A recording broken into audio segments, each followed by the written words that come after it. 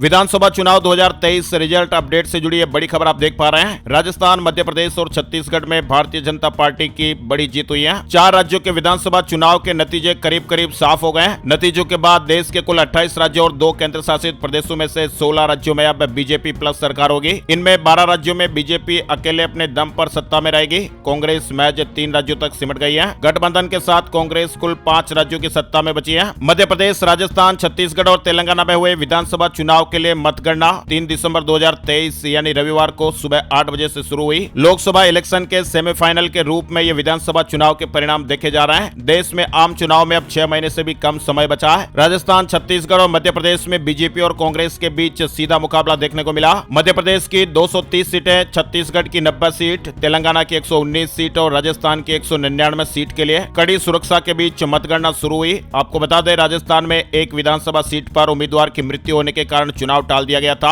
राजस्थान की 200 में से 199 सीटों पर ही मतगणना हुई। चुनाव परिणाम भारतीय जनता पार्टी के पक्ष में रहे। आइए आपको बताते हैं, जब ये वीडियो बन रहा उस वक्त विधानसभा चुनाव 2023 का रिजल्ट किस तरह से चल रहा था। शाम 8:42 का ताजा अपडेट आप देख सकते हैं। राजस्थान में कुल 199 सीटों पर रिजल्ट घोषित हो रहा है, जिसमें से बहुमत के लिए 100 का आंकड़ा आप देख सकते हैं। यहाँ पर 115 सीटों पर भारतीय जनता पार्टी ने जीत हासिल कर ली है। 100 सीटें बहुमत के लिए चाहिए और 115 सीटों पर बीजेपी की जीत हो चुकी है। कांग्रेस ने 68 सीटें जीती है, एक पर आगे चल रही है और अन्य के खाते में 15 सीटें गई है। मतलब कि राजस्थान में बीजेपी की सरकार बनेगी और बम्पर जीत हुई है। बात करते हैं मध्य प्रदेश को लेकर। यहाँ पर कुल 230 सीटें, 116 बहुमत के लिए चाहिए। 141 सीटों पर भारतीय जनता पार्टी ने जीत हासिल कर ली है। 116 बहुमत के लिए चाहिए और 141 सीटें बीजेपी ने हासिल कर ली है। 24 सीटों पर आगे चल रही है। मतलब भारतीय जनता पार्टी की सरकार मध्य प्रदेश में भी एक बार फिर से बम्पर जीत के साथ बीजेपी की सरकार मध्य प्रदेश में बनेगी। बात करते हैं छत्तीसगढ़ को लेकर। छत्तीसगढ़ में कुल 90 सीटें, 46 सीटें यहाँ पर बहुमत के लिए है। बता दें आपको, बीजेपी ने 40 सीटों पर जीत हासिल कर लिया, 14 पर आगे चल रही है। कांग्रेस ने 28 सीटें जीती है और 7 पर आगे चल रही है और अन्य के खाते में एक भी नहीं आई है, एक पर सिर्फ आगे चल रही है। यानी बीजेपी ने छत्तीसगढ़ में 40 सीटें तो जीत ली है और 14 सीटों पर आगे चल रही है। मतलब यहाँ पर भी रिजल्ट बहुत ही शानदार। तेलंगाना में जहाँ पहले 1 सीट थी, वहाँ बीजेपी ने इस बार 8 सीटें हासिल की है